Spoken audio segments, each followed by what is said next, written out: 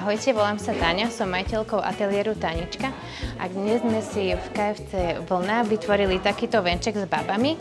Venček je plne kompostovateľný, je prírodný. Venček sa dá použiť aj na cintoríne ako dušičková dekorácia. Pracujeme v našom ateliéri len s prírodnými materiálmi, ktoré sú plne kompostovateľné.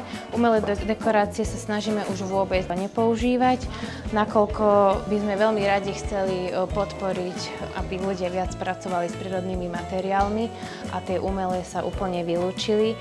A by sme sa chceli spoločne vyhnúť, aby po tých dušičkách neboli kontajnery plné umelých dekorácií.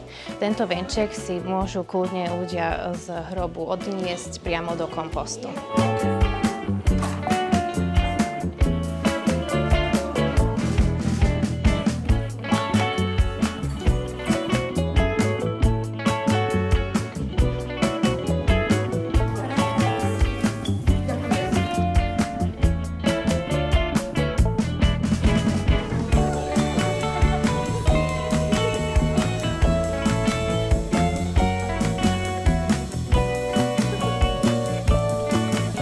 Som veľmi rada, že som mohla byť súčasťou takéhoto krásneho workshopu a budem veľmi rada, keď aj vy si niečo takéto doma buď spolu vytvoríte, alebo podporíte takéto ateliéry, ktoré sú zamerané na prírodnú tvorbu.